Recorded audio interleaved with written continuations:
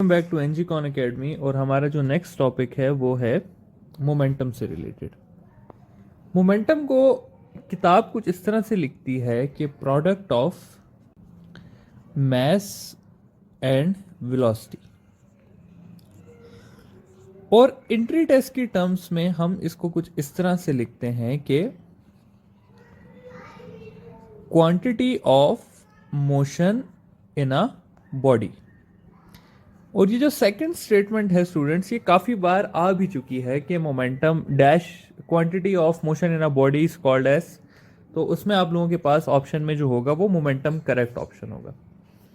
अच्छा, अगर मैथमेटिकली हम देख लें मोमेंटम को, तो मोमेंटम को हम लिखते हैं पी से, और ये इक्वल होता है एम इंटू वी के। मोमेंटम जो है वो एक वेक्टर क्वांटिटी है जिसका डायरेक्शन जो है वो वेलोसिटी के डायरेक्शन में होता है। ठीक है, इसके यूनिट की बात कर लें तो इसका एसआई यूनिट जो है वो है हमारे पास केजी मीटर पर सेकेंड। ठीक है, अच्छा जी, ये हो गया मोमेंटम के बारे में जनरल बातें कि मोमेंटम क्या होता है, किस तरह से होता है। अगली जो चीज है वो है हमारे पास momentum and Newton second law. तो momentum and Newton second law. अच्छा जी, अगर न्यूटन सेकेंड लॉ की बात की जाए तो न्यूटन सेकेंड लॉ कहता है कि F is equal to M A की जगह हम लिख सकते हैं V F minus V I divided by T, और ये हो जाएगा M V F minus M V I by T. या मैं इसको ऐसे भी लिख सकता हूं कि final momentum minus initial momentum divided by time, या force is equal to delta P by T. ठीक है, इस चीज को कहा जाता है rate of change of momentum. ठीक है, तो rate of change of momentum is equal to applied force. ठीक है, सवाल एक छोटा सा कर लेता हूं, लास्ट ईयर किसी के पेपर में आया हुआ था कि if a force of 2 Newton acts on a body, its rate of change of momentum is। ठीक है, और नीचे ऑप्शंस में दिए हुए थे 3 kg मीटर पर सेकेंड स्क्वायर,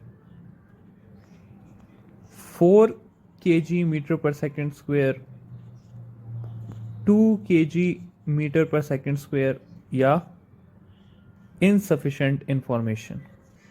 तो इसका करेक्ट आंसर है 2 kg मीटर पर सेकेंड स्क्वायर, क्योंकि हमारे पास फोर्स जो है वो है rate of change of momentum के। तो अगर फोर्स 2 न्यूटन है तो rate of change of momentum कितना होगा, 2 हो जाएगा। ठीक है, तो ये एक सिंपल सा एमसीक्यू था।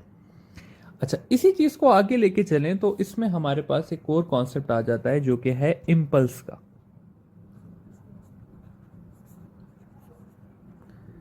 अच्छा स्टूडेंट्स, इंपल्स के लिए मैं आप लोगों को एक चीज समझाना चाहता हूं कि इंपल्स को आपने डील करना है हमेशा एस मोमेंटम। ठीक है, ये पहली बात है, क्योंकि ज्यादातर आ जाता है कि इंपल्स का यूनिट क्या है।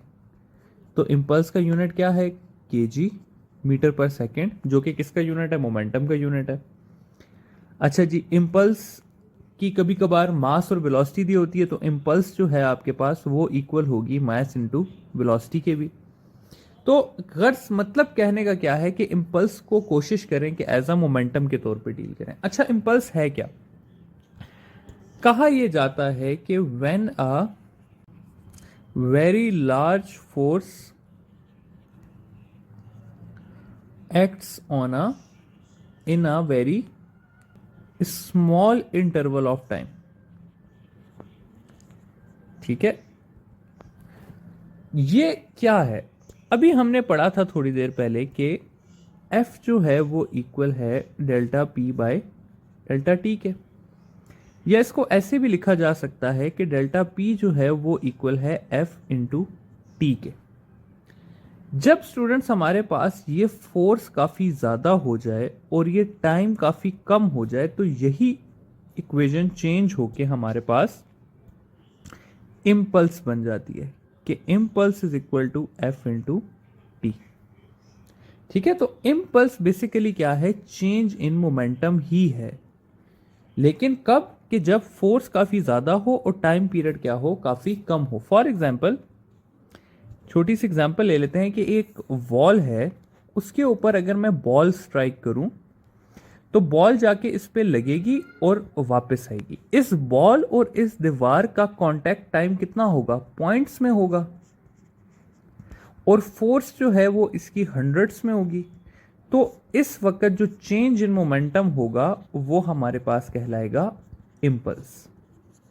ठीक है, तो इसीलिए स्टूडेंट्स मैंने आपको शुरू में कहा था कि इम्पल्स को आप लोगों ने हमेशा किस तरह लेना है, चेंज इन मोमेंटम की फॉर्म में लेना है।